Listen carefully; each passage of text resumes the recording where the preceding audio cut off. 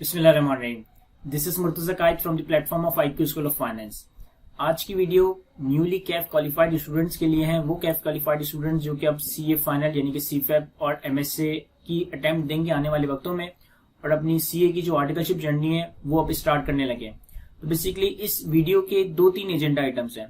Number 1 कि अगर आप CFAP की जर्नी स्टार्ट कर रहे हो तो आपके CFAP के पेपर कॉम्बिनेशंस क्या होनी चाहिए अपने CFAP के एग्जाम और MSA 2 के एग्जाम्स को में अपेयर होने के लिए। नंबर 2, आपने जो भी कॉम्बिनेशन सेलेक्ट किया है उन कॉम्बिनेशंस में जो आपकी पहले दूसरी तीसरी अटेम्प्ट में सब्जेक्ट्स आएंगे उनकी आपको उनकी स्टडी की स्ट्रेटेजी क्या होनी चाहिए। एंड नंबर 3, आपके जो हैंड ऑन कोर्सेज आपके CA फाइनल CFAP लेवल पे आपके कोर्स का पार्ट बनाए गए, आपके करिकुलम का पार्ट बनाए गए, उन हैंड ऑन कोर्सेज को हमने किस तरह से लेकर चलना है। तो सबसे पहले हम बात करते हैं CFAP की सिलेक्शन के हवाले से, CFAP के एग्जाम के सिलेक्शन के हवाले से। उससे पहले मैंने आप लोगों के सामने CFAP में जो जो एग्जाम्स हैं और जो MSA के सब्जेक्ट्स हैं उनकी एक लिस्ट जॉट डाउन की है और उनको पढ़ने के लिए एक अप्रोक्सीमेट टीचिंग आवर्स या स्टडी आवर्स प्लान रखे। ये थोड़े बहुत 19-20 हो सकते हैं, लेकिन ये अप्रोक्सीमेट बेसिस पे मैंने हर सब्जेक्ट के स्टडी आवर्स इसके आगे प्लॉट किए। हमारे पास एक जॉइंट सब्जेक्ट है CFAP 1 that is advance accounting and financial reporting. ये 200 आवर्स तकरीबन, लेकिन तकरीबन आप समझें कि 250-250 घंटे भी लग जाते हैं। दूसरा हमारे पास एक और जॉइंट सब्जेक्ट है CFAP 2 that is advance corporate law and practices, तकरीबन 160 आवर्स के करीब। तीसरा है हमारे पास एक रिलेटिवली छोटा theoretical subject that is CFAP 3 strategy and performance management, 120 hours. चौथा है हमारे पास CFAP 4 that is business finance decision, quantitative subject है, 160 आवर्स। पांचवा हमारे पास CFAP 5 that is tax practices, around 160 hours. और लास्ट है हमारे पास CFAP 6 that is advance audit and insurance and related services, around 150 to 160 hours के करीब। तो ये 6 पेपर्स हैं जो कि आपने CFAP में अटेम्प्ट करने हैं, इनको क्लियर करना है। इसके अलावा फिर आपका एक MSA लेवल है जिसमें आपके पास मल्टीपल सब्जेक्ट्स की असेसमेंट हो रही होगी, MSA के नाम से, मल्टी सब्जेक्ट असेसमेंट के नाम से। इसमें आपको 2 एग्जाम में अपेयर होना है। वन है MSA 1 financial reporting and assurance professional competence और सेकंड है MSA 2 that is management professional competence. MSA 1 basically CFAP 1 और एडवांस ऑडिट का सॉर्ट ऑफ अ कॉम्बिनेशन है। लाइक इस MSA 1 के पेपर में तकरीबन 50-60% वेटेज फाइनेंशियल रिपोर्टिंग को दी गई है, तकरीबन 30-40% वेटेज 40% वेटेज एडवांस ऑडिट को दी गई है और अराउंड 10-12 मार्क की वेटेज जो है वो कॉर्पोरेट लॉ के सब्जेक्ट को दी गई है। दूसरा हमारे पास है MSA 2 that is management professional competence. MSA 2 2 subject का कॉम्बिनेशन है largely. One is SPM that is CFAP 3 and second is CFAP 4 that is business finance decision. इसमें 50% चंक SPM का, 30-40% चंक BFD का और कुछ 10-12 मार्क्स की वेटेज एडवांस टैक्सेशन के exam की रखी गई है। अब आपके ICAP ने आपकी CFAP जर्नी को इस तरह से प्लान किया है कि आप CFAP में 1 to 6 कोई भी पेपर दे सकते हैं, लेकिन अगर आपको MSA 1 अब में अपेयर होना है तो MSA 1 में अपेयर होने के लिए लाजिम है कि आपने CFAP 1 that is advance accounting and financial reporting और CFAP 6 that is advance audit का पेपर क्लियर किया होगा CFAP 1 और CFAP 6, तो ही आप MSA 1 में अपेयर हो सकते हैं। सेम इसी तरीके से MSA 2 में अपेयर होने के लिए जरूरी है कि आपने CFAP 3 और CFAP 4 दैट इज SPM और BFD ये 2 पेपर्स क्लियर किए होंगे तो आप MSA 2 के पेपर एग्जाम में अपेयर हो सकेंगे। अच्छा, MSA 1 और MSA 2 की जो स्टडी आवर्स है ना वो रिलेटिवली CFAP के सब्जेक्ट से कम है, लेकिन कंटेंट उनका CFAP सब्जेक्ट से भी ज्यादा है। लाइक फाइनेंशियल रिपोर्टिंग CFAP 1 में आप जो कुछ पढ़ोगे, CFAP 6 एडवांस ऑडिटिंग में आप जो कुछ पढ़ोगे वो सब कुछ MSA में टेस्ट होगा, लेकिन इसके स्टडी आवर्स कम क्यों रखे गए? इसके स्टडी आवर्स कम इस वजह से रखे गए क्योंकि इसमें आपने कोई नए अकाउंटिंग के रूल्स या नए ऑडिटिंग के स्टैंडर्ड्स को कवर नहीं करना।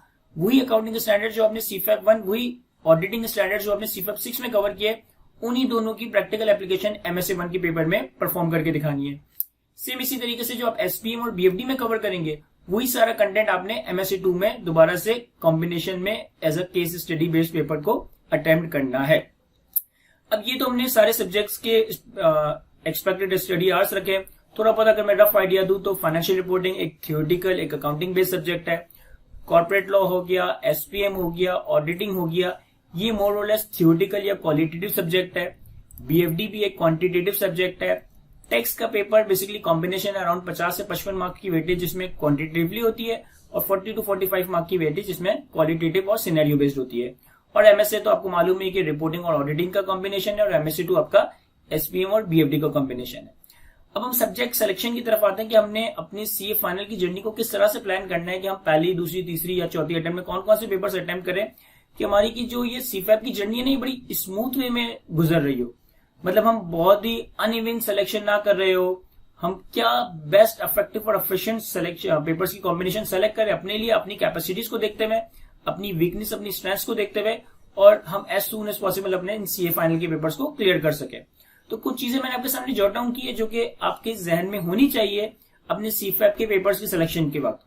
आप कोई भी कॉम्बिनेशन सेलेक्ट करें, मैं कुछ कॉम्बिनेशन के प्रोस एंड कॉन्स और पॉसिबल एफएक्यूज आपके साथ डिस्कस करूंगा। आप कोई भी कॉम्बिनेशन सेलेक्ट करें, लेकिन लार्जली कॉम्बिनेशन ऑफ पेपर को सेलेक्ट करते वक्त ये 3-4 बातें हैं जो कि आपने अपने जहन में रखनी है। नंबर 1, चूंकि हमारे पास ऑप्शन है कि हम इस 6 सब्जेक्ट्स के पूल में से कोई 3 या 4 सब्जेक्ट्स देंगे, तो हमें सब्जेक्ट को ऐसे सेलेक्ट करना चाहिए कि हमारे पास पेपर्स में गैप हो। देखिए, प्रोफेशनल लेवल पे पेपर में गैप होना किसी नेमत से कम नहीं है। अगर गैप नहीं है तो भी प्रोफेशनल पेपर्स मैनेज किए जा सकते हैं, लेकिन अगर गैप है स्पेसिफिकली थ्योरेटिकल और क्वालिटेटिव सब्जेक्ट में, तो मैं समझता हूं कि पेपर्स में गैप का होना किसी नेमत से कम नहीं है। क्योंकि आप 8 महीने 6 महीने 5 महीने किसी सब्जेक्ट को कितना ही अच्छा क्यों ना पढ़ लो, पेपर के 3 घंटों में आप उन्हीं सवालों को सबसे पहले अटेम्प्ट करते हो, या उन्हीं सवालों में आपका कॉन्फिडेंस सबसे ज्यादा होता है जो कि आपने पेपर से 1 दिन पहले या 2 दिन पहले रिवाइज किए होते हैं। तो गैप्स को जरूर देखना है। स्पेसिफिकली क्वालिटेटिव थ्योरेटिकल सब्जेक्ट में गैप का होना मैं समझता हूं कि मस्ट है।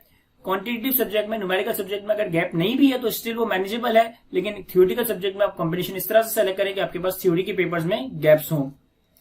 सेकेंडली, आपने कॉम्बिनेशन इस तरह से सेलेक्ट करना है कि आपके सब्जेक्ट्स का क्वांटिटेटिव और क्वालिटेटिव का एक बैलेंस मेंटेन हो रहा हो। ऐसा ना हो कि हम एक अटेम्प्ट में तीनों न्यूमेरिकल बेस्ड सब्जेक्ट दे रहे हैं तो बहुत सारा टाइम हमारा प्रैक्टिस में लग रहा है, और एक अटेम्प्ट में हम तीनों थ्योरी के सब्जेक्ट्स दे रहे हैं तो वो अटेम्प्ट हमारी काफी ज्यादा डल या बोरिंग बन रही है। तो हमने थ्योरी और कॉम्बिनेशन का एक मिक्स एंड मैच लेके चलना है। Thirdly, gateway to MSA 1 and MSA 2। जैसे कि मैंने आपको बताया कि MSA 1 में अपेयर होने के लिए आपका CFAP 1 और CFAP 6 क्लियर होना चाहिए। इसी तरीके से MSA 2 में अपेयर होने के लिए आपका CFAP 3 और CFAP 4 क्लियर होना चाहिए। तो हमने सिलेक्शन इस तरह से करनी है कि हमारे MSAs भी अनलॉक हो, और MSAs भी इस तरह से अनलॉक हो कि जिस अटेम्प्ट में आपने FFR पढ़ा है ना, उसकी अगली अटेम्प्ट में ही आप MSA 1 में अपेयर हो जाए। क्योंकि अगर FFR और MSA 1 की अपेयरेंस में 1 साल या 1 साल से ज्यादा का डिले आता है तो फिर आपको MSA के लिए दोबारा से सारी फाइनेंशियल रिपोर्टिंग रिवाइज करनी पड़ेगी। इसी तरीके से जिस अटेम्प्ट में आपने SPM BFD दिया है उसकी अगली अटेम्प्ट में हम MSA 2 दे दे, अदरवाइज MSA 2 के लिए हमें BFD और SPM की सारी चीजों को दोबारा से रीडू या कवर करना पड़ रहा होगा। तो हमने कॉम्बिनेशन इस तरह से सेलेक्ट करना है कि MSA 1 MSA 2 अनलॉक भी हो और हमारी जो प्रिपरेशन है उसमें एक एफिशिएंसी भी आ रही हो। एंड लास्ट चीज कि आपने ऐसे सब्जेक्ट्स को पिक करना है या सब्जेक्ट की चॉइस इस तरह से करनी है कि जो आपकी आर्टिकलशिप को सपोर्ट करे।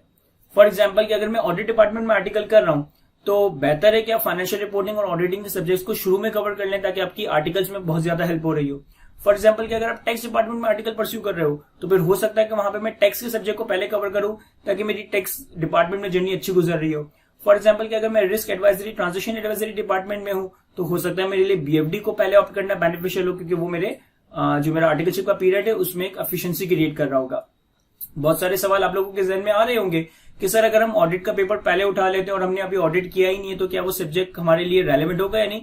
इन सारी चीजों को भी मैं डिस्कस करूंगा जब मैं पॉसिबल कॉम्बिनेशंस की बात करूंगा।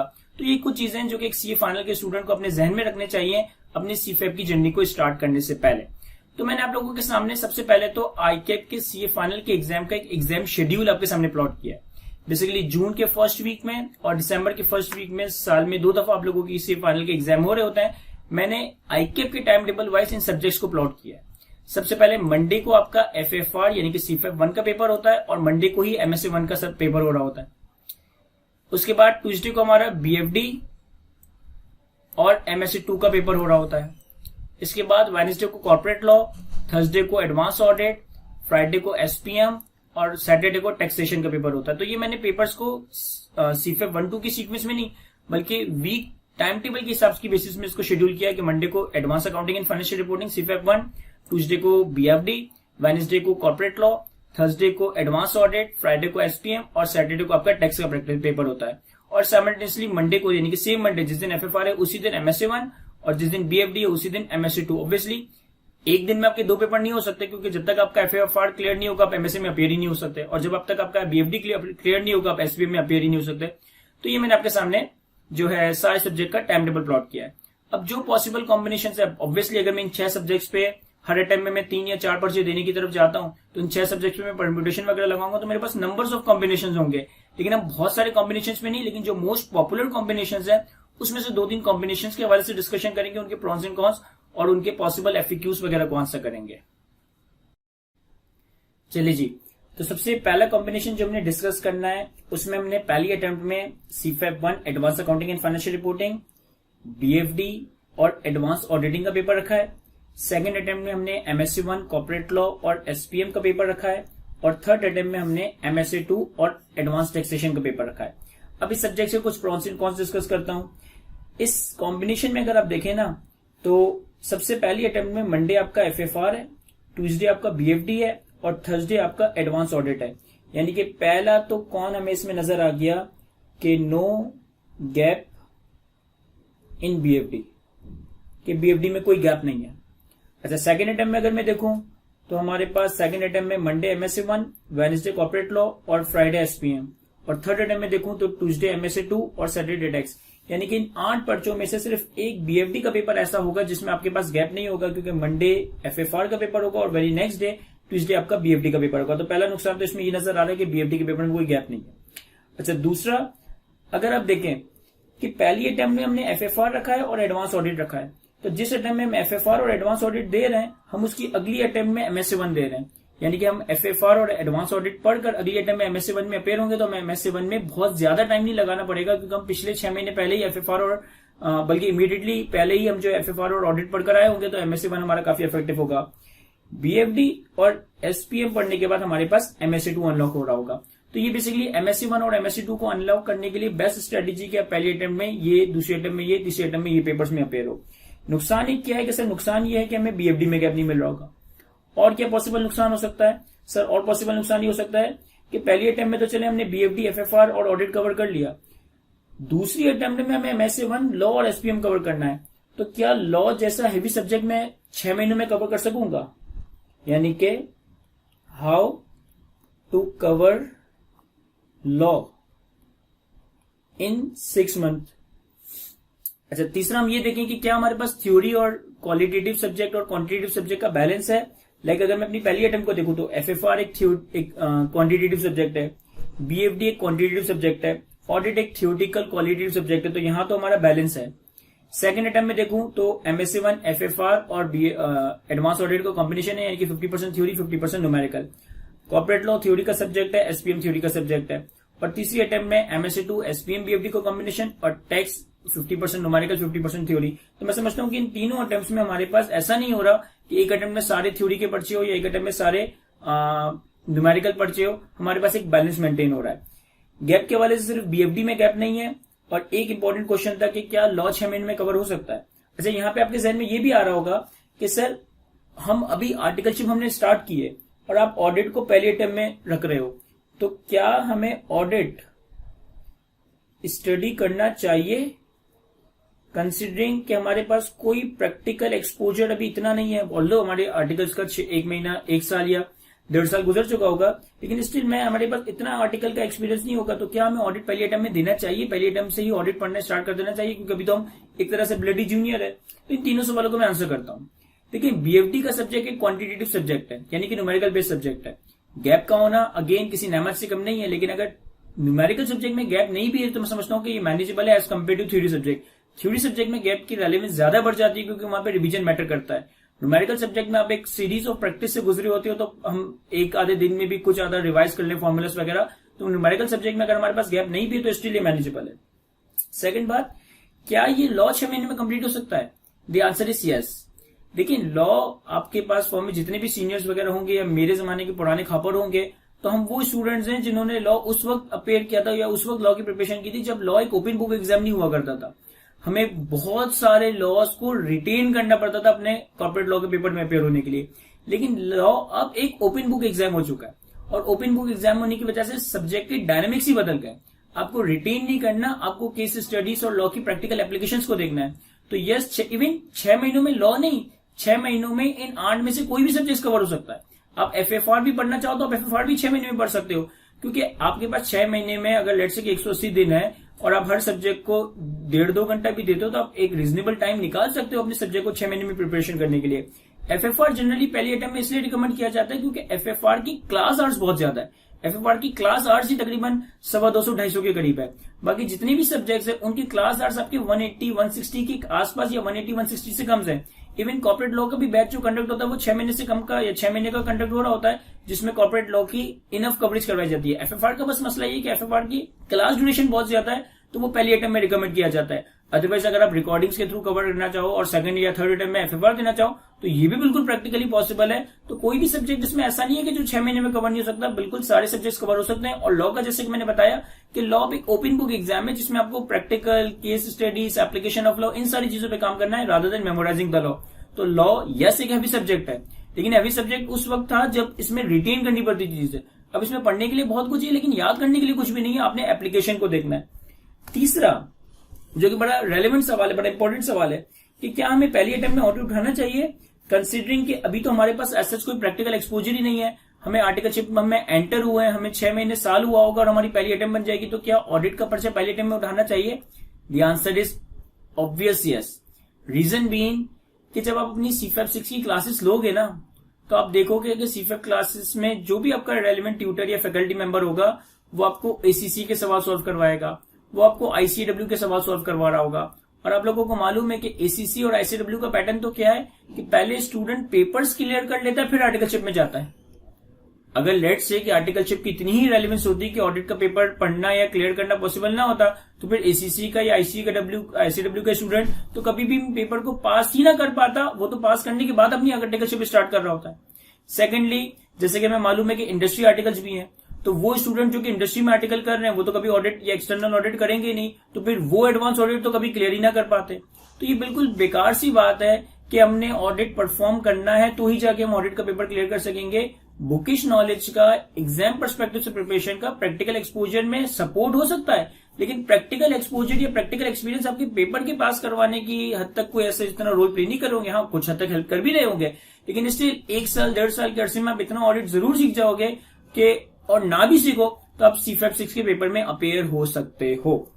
थर्डली, कॉम्बिनेशन के हवाले से अगर मैं देखूं तो सबसे ज्यादा आइडियल कॉम्बिनेशन है, क्योंकि जब मैं पॉसिबल कॉम्बिनेशन 2 और 3 आपके साथ डिस्कस करूंगा तो आपको सबसे कम कॉन्स यहां नजर आएंगे और सबसे ज्यादा प्रोस यहां पे नजर आ रहे होंगे। और अगर हम कोई सवाल देखें, एक सवाल ये भी आता है कि सर हमने बीएफडी पहले पढ़ लिया, फिर एसपीएम पढ़ा और फिर हम एमएससी 2 पढ़ रहे हैं, तो एमएससी 2 पढ़ते पढ़ते तो बीएफडी हमारा 1 साल पुराना हो चुका होगा, तो क्या हम बीएफडी भूल नहीं गए होंगे? देखिए, एमएससी 2 का पेपर जो है ना एक स्ट्रेटेजिक पेपर है जिसमें बिजनेस स्ट्रेटेजीज, बिजनेस डिसीजंस वगैरह की बात होती है। तो मैंने बहुत सारे बीएफडी के टीचर को इस हवाले से इंटरव्यू किया, मतलब इस हवाले से उनसे डिस्कशन की है, तो उन्होंने कहा कि MSc 2 is basically the combination of BFD and SPM, मगर लार्ज रोल इसमें एसपीएम का है, साइकोलॉजिकल थ्योरीज का, ह्यूमन रिसोर्सेज की थ्योरीज का है, और जो डिफरेंट बिजनेस मॉडल्स वगैरह होते हैं। बीएफडी का रोल कुछ हद तक है, फॉर्मुलाज की हद तक, कुछ आपने कैलकुलेशंस वगैरह कर ली, डिसीजन वगैरह लेने के लिए हद तक, लेकिन वो आपको इतना परेशान नहीं करेगा डिस्पाइट द फैक्ट कि आपने बीएफडी 1 साल पहले पढ़ा है। तो आपने 1 साल पहले बीएफडी पढ़ा, एसपीएम पढ़ा, और इस अटेम्प्ट में तो है ही आपके पास 2 पर्चे ना, तो आप बीएफडी को अगर रिवाइज करने में थोड़ा ज्यादा टाइम भी लग रहा है तो आप मैनेजेबल है, क्योंकि इस अटेम्प्ट में तो हमारे पास होंगे ही 2 पर्चे। तो ये हमारे पास एक पैरा का पॉसिबल कॉम्बिनेशन था जिसके हमने प्रॉन्स एंड कॉन्स को डिस्कस किया। इसके बाद अब कॉम्बिनेशन 2 पे आते हैं। इसके बाद अगर हम पॉसिबल कॉम्बिनेशन नंबर 2 पर आए, तो पॉसिबल कॉम्बिनेशन नंबर 2 में हमारे पास पहली अटेम्प्ट में हम एफएफआर, लॉ और ऑडिट को रख सकते हैं, सेकंड अटेम्प्ट में हम एमएससी 1 बीएफडी एसपीएम को रख सकते हैं, और थर्ड अटेम्प्ट में हम एमएससी 2 और टैक्स को रख सकते हैं।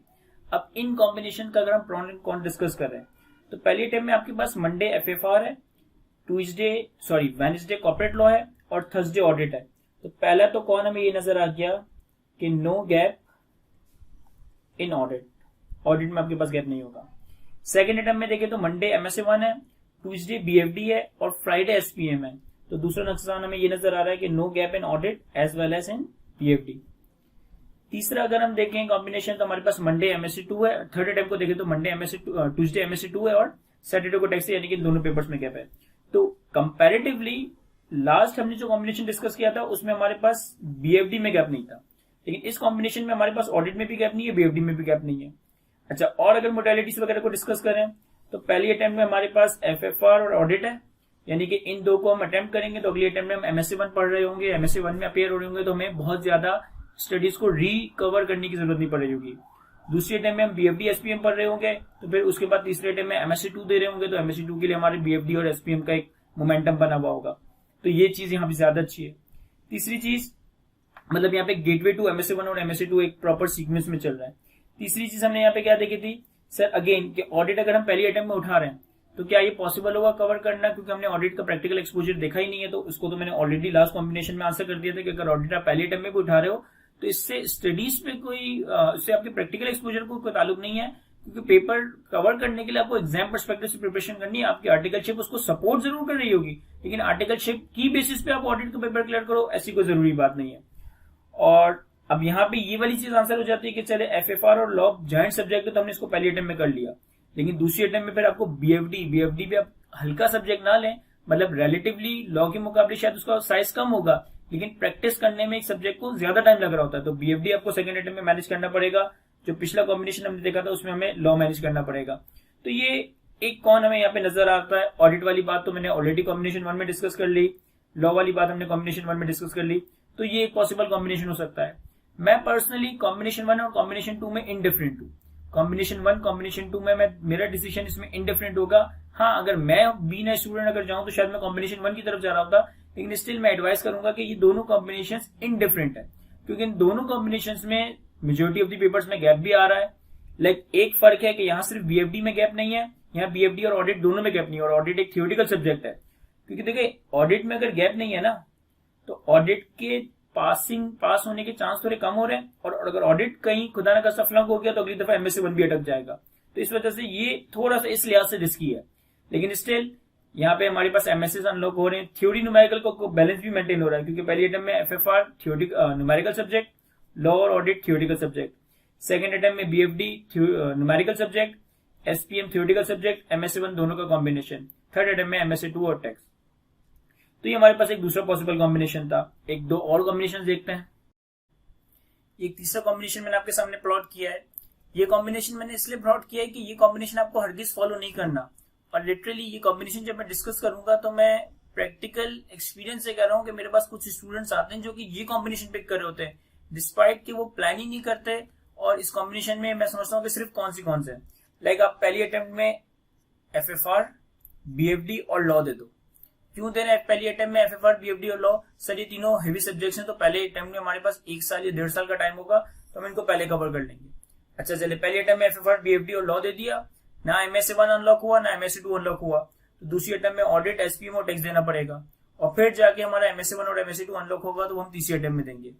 अब इस कॉम्बिनेशन में सिर्फ कौन से आप पहली अटेम्प्ट में FFR, BFD और लॉ देंगे, तीनों पेपर्स में गैप नहीं है। दूसरी अटेम्प्ट में ऑडिट, SPM और टेक्स्ट देंगे, तीनों पेपर्स में गैप नहीं है। तीसरी अटेम्प्ट में MSA1, MSA2 देंगे, दोनों पेपर्स में गैप नहीं है। तो यानी कि पूरे 8 में से 6 पर्चों में गैप ही नहीं है। सेकेंडली, पहली अटेम्प्ट में आपने FFR पढ़ा, थर्ड अटेम्प्ट में जाके MSA1 पढ़ेंगे, तो MSA1 के लिए फिर पूरा FFR रिवाइज करेंगे। पहली अटेम्प्ट में आपने BFD पढ़ा, सेकेंड अटेम्प्ट में जाकर MSA2 देंगे, तो MSA2 के लिए BFD का जो पोर्शन है उसको रिवाइज कर रहे होंगे। तो खुदा के लिए इस तरह का अनप्लान्ड या एक यूजलेस डिसीजन मत लीजिएगा कि जो आपकी पहली अटेम्प्ट को भी खराब करे, दूसरी अटेम्प्ट को भी खराब करे, और आपकी फिर CA फाइनल की जर्नी को ड्रैग करता रहे, और फिर आप बार बार रीवर्क कर रहे हो। लाइक MSA1 के लिए फिर दोबारा ऑडिट, दोबारा FFR पढ़ रहे हो, MSA2 के लिए दोबारा मेहनत करनी पड़ रही है। तो इस तरह का कॉम्बिनेशन तो खुदा के लिए आप लोगों ने सेलेक्ट नहीं करना। अच्छा, अब ये 3 कॉम्बिनेशन मैंने आपके साथ डिस्कस किए, जो कि कॉम्बिनेशन 1, कॉम्बिनेशन 2 काफी ज्यादा पॉपुलर है, जो कि जनरली स्टूडेंट्स पिक कर रहे होते हैं, और मेरे ख्याल में करनी भी चाहिए। थोड़ी बहुत मॉडिफिकेशन आप अपने हिसाब से कर सकते हैं। फॉर एग्जाम्पल कि अगर आप टैक्स डिपार्टमेंट में हो तो आप पहली अटेम्प्ट में एडवांस टैक्स रख सकते हो, और फिर अकॉर्डिंगली अपनी स्ट्रेटेजी डिवाइस कर सकते हो। फॉर एग्जाम्पल कि अगर आपकी थ्योरी अच्छी है, अगर आपका थ्योरेटिकल पोर्शन अच्छा है, तो फिर आपके लिए कॉम्बिनेशन 2 अच्छा है, क्योंकि आप पहली अटेम्प्ट में लॉ और ऑडिट क्लियर कर लोगे 1 साल के टाइम में। अगर आपकी न्यूमेरिकल सब्जेक्ट पे ग्रिप अच्छी है, आपके पास प्रैक्टिस में आपको मजा आ रहा हो तो न्यूमेरिकल सब्जेक्ट को मैनेज करने में, तो फिर आपको FFR और BFD उठाना चाहिए। तो ये तो मैंने पॉसिबल या आइडियल कॉम्बिनेशन डिस्कस किए हैं, लेकिन अगेन ये कोई 2+2 रूल नहीं है जो हर केस में अप्लाई हो जाएगा। आपने अपनी स्ट्रेंथ, आपने अपनी वीकनेस, आपने अपनी पोजीशन कि कहां पे आप आर्टिकल कर रहे हो, उन सारी चीजों को देखते हुए अपने लिए बेस्ट कॉम्बिनेशन को सिलेक्ट करना है। जैसे कि मैंने पहली स्लाइड में डिस्कस किया था कि आपने 3-4 चीजों के ऊपर फोकस रखना है।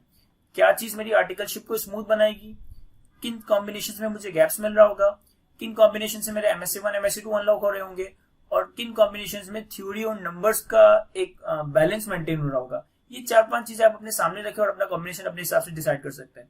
बहुत सारे स्टूडेंट्स ये भी सोच रहे होंगे कि सर हम पहली टाइम में, क्योंकि 1 साल का टाइम है, तो हम 4 पेपर्स की तरफ जा रहे हैं, और ऑब्वियसली अगर वो पहले अटेम्प्ट में 4 पेपर्स की तरफ जा रहे हैं तो मुझे आइडिया है कि वो 4 पेपर्स कौन से होने वाले हैं।